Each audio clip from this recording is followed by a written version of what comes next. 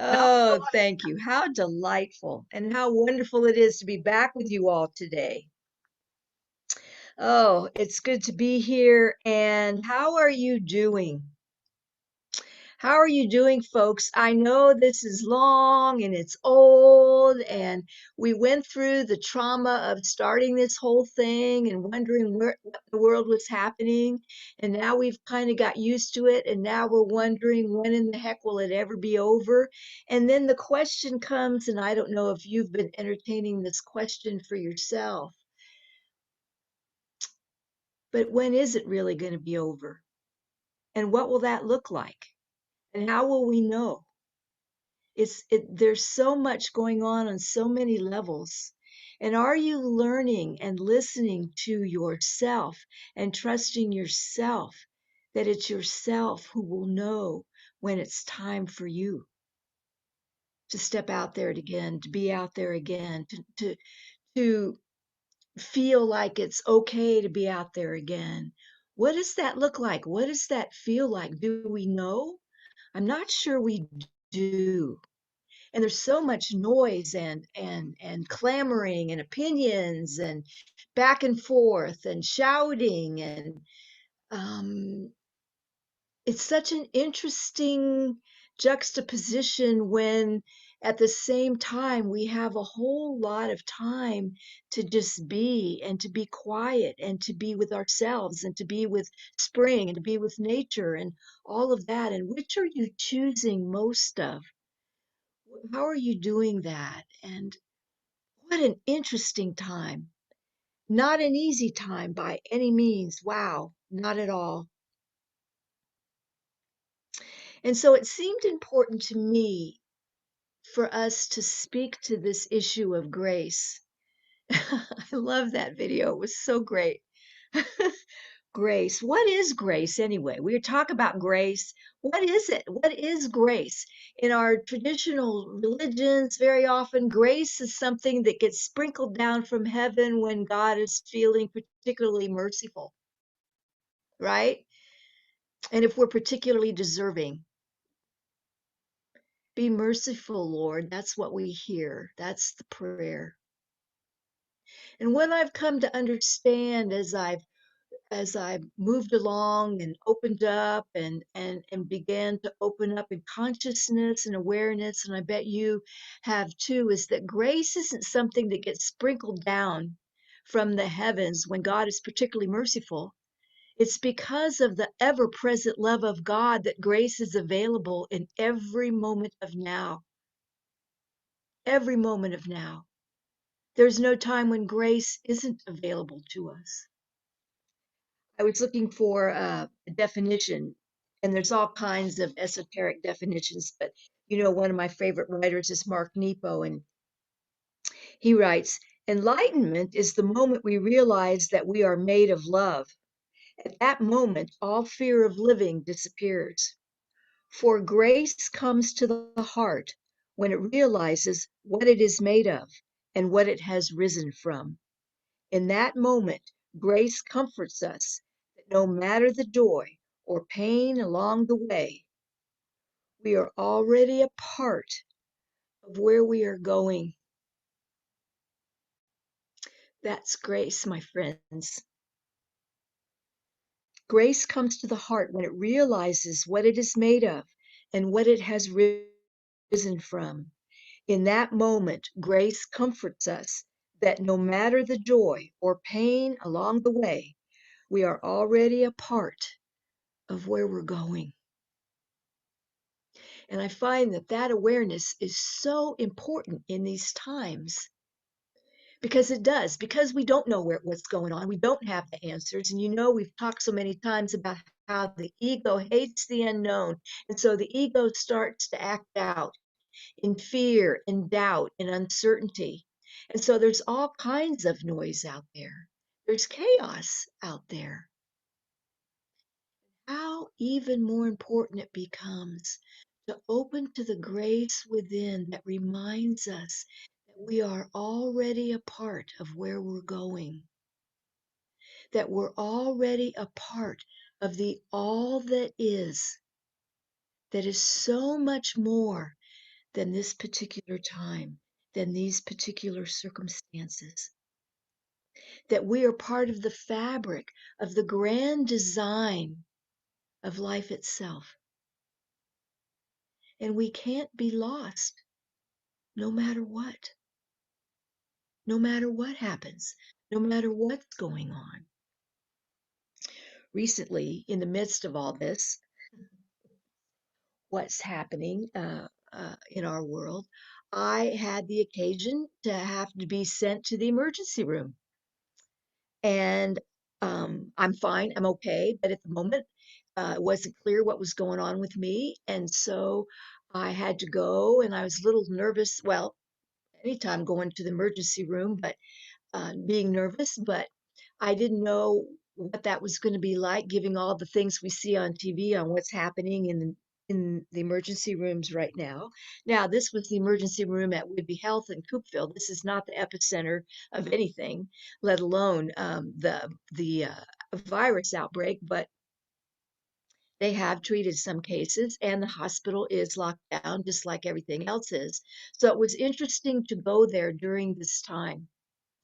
And when I was there, and I was there for about 4 or 5 hours because I had to wait for some tests to be run and had an ultrasound done and some blood work and stuff. And while I was there, I was just observing the whole thing. Everybody was there. They have more staff, I think, than they normally would. They weren't very busy at that time. Um, but saw that in that moment when I was kind of nervous about what they were going to tell me was going on with my body and what was I to expect and all of that. At the same time, I was noticing that here I am sitting in the hospital in the emergency room, observing all these wonderful beings, these nurses and doctors and support staff who are doing the dance that we are watching being done all over our country, all over the world, people putting their lives on the line to support one another. And here I had the opportunity to be there to observe this up close and personal. So I felt like in that moment, in the midst of everything else that was going on, that I had the opportunity to represent all of us sitting there, just loving and blessing each one of them, their lives, those they love, their perceived enemies, just blessing, blessing, blessing, blessing all of those, making the choice to be there and do that work. And while I was there, someone had called and ordered a dozen extra large pizzas to come into the emergency room for the staff to have for their lunch. And they were all shrieking in delight and happy, and I was watching them just kind of enjoy that and just feeling a part of how we've had the opportunity in these times, along with everything else, to realize as human beings how we are capable of stepping up to support one another. And that is grace. That is grace in the midst. You bet it is. Oh my goodness. Yes, it is. And it always happens in our times of trouble, in our times of trauma. Why? Because it's who we truly are. We can't keep ourselves from it because it's who we really are. In those moments, doesn't matter what our politics are, doesn't matter what our religion is, doesn't matter what our credit rating is, doesn't matter what the color of our skin is, doesn't matter where we live. We reach out and help. We have to because it's who we are. It's who you are. That's grace. That's the grace that is within each and every one of us.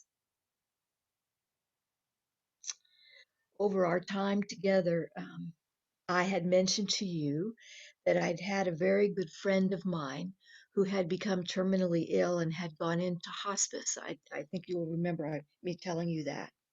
And we've had some lessons, my friend Quinn, while she's been in this process, that have certainly come to me as a result of standing with her and supporting her through this process. And a couple of Sundays ago, um, she finally made her transition. She was in hospice for 9 months. When she went into hospice, the doctor, her oncologist, had told her that looking at the tests, looking at the MRI, looking at the blood work, that he believed she had days or weeks. And we were all shocked and horrified at that potential. But when she went into hospice, they gave her a drug to help her with pain that she responded to extremely well and slowed the whole process down. And it was 9 months. And so we had the gift of having her with us for longer than we certainly thought we would. We had so many grace-filled moments in that time. And in our time, I'm going to share this with you because it just feels right. I think she would want me to. In the last hours before she left us, she'd gotten to a place where she was mostly silent, or if she did say something, it was yes or no, just like that. That's all she would say. And so I was sitting with her, and there was no one else around at the time.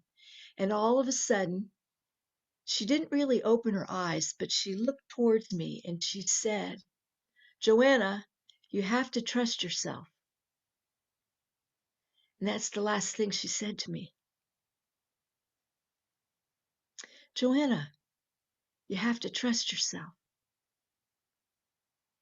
And you know what? That feels like an important message, doesn't it? And it feels like a message that was coming not just from her, but from the light that she was and still is and has become even more of now, because I'm really clear the other side is even brighter because she's there. And it feels to me like that's a message for all of us. Dear one, you have to trust yourself. That's where grace is. That's where grace comes in.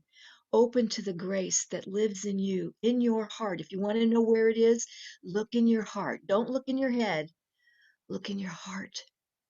That's where grace lives. That's where it is. And we're getting through these times. It isn't always pretty, it's kind of messy sometimes. But if we trust ourselves and one another and remember that there's so much more unfolding than what we see on TV or what we see in Google News or the videos or whatever, there's so much more going on. And that if you and I can tap into the grace available to us in our hearts in each moment of now, all are lifted up just a little bit and just a little bit more and just a little bit more until we're all tapping into the grace in our hearts, because that's where we're going. Sometimes it sure doesn't look that way, but remember what love does. Love seeks out everything unlike itself and brings it to the surface to be healed, to make room for more love. And indeed, dear ones, what's happening all around us. So let's take a moment now to breathe. Just breathe. Take this all in. Just breathe.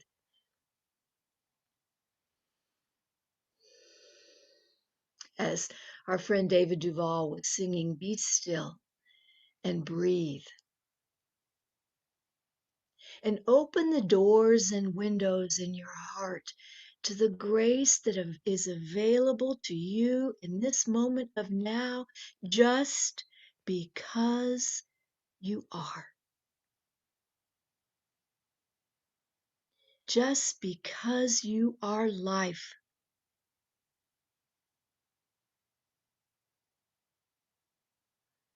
Open the doors and windows of your heart and allow the embrace of divine love, of divine light, divine essence, all that is God, to reach in and embrace you, to hold you. Hear that whisper, "I've got you, dear one."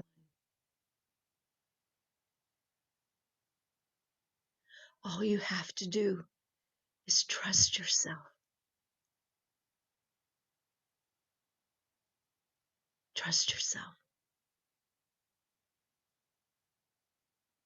Trust.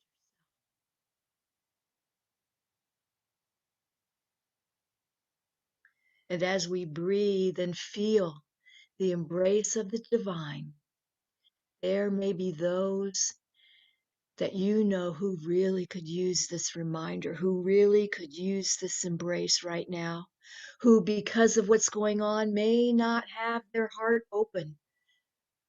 And so consequently may not be feeling this embrace right now. It's available, it's there, but things may be tough, things may be tight, things may be difficult, and it's not where they're sitting right now. And so, because we're all one, you and I opening our own doors and windows, allowing that embrace for ourselves, can experience that embrace for them in this moment of now. And if you want to, let's take a moment in the silence to just be with that. And if you want to, say their names out loud, bring it forth.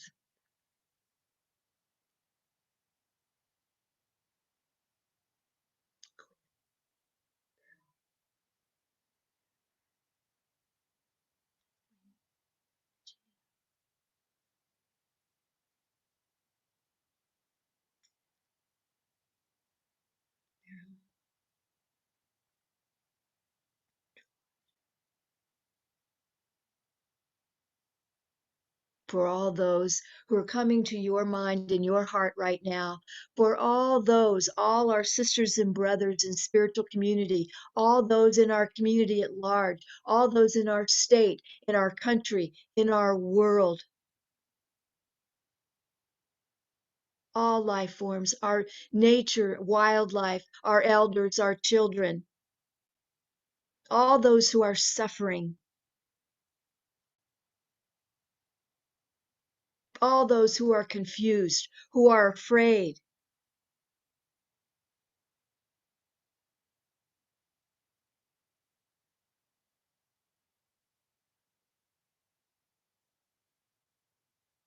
As we open ourselves to divine love and divine light, all life is lifted up.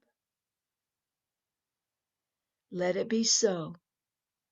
In the name and through the power of infinite source, divine love, Holy Spirit, all that is.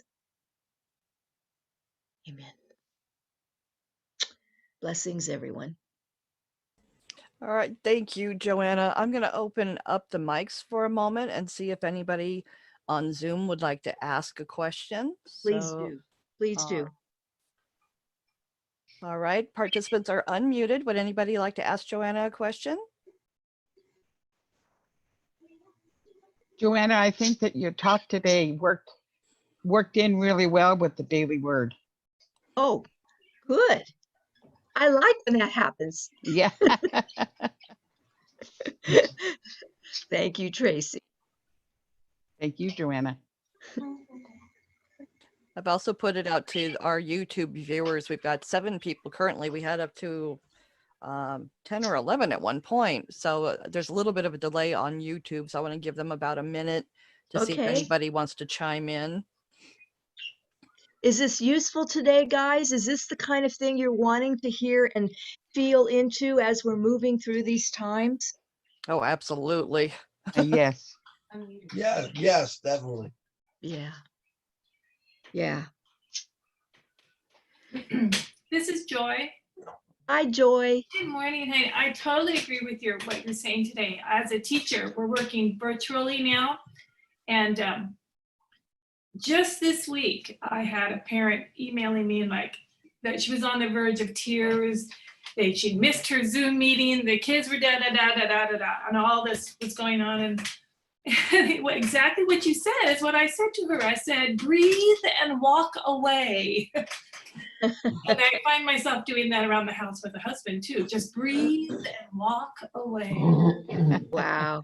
Wow. Those are words of wisdom, Joy. Thank you. Yes, Ducky?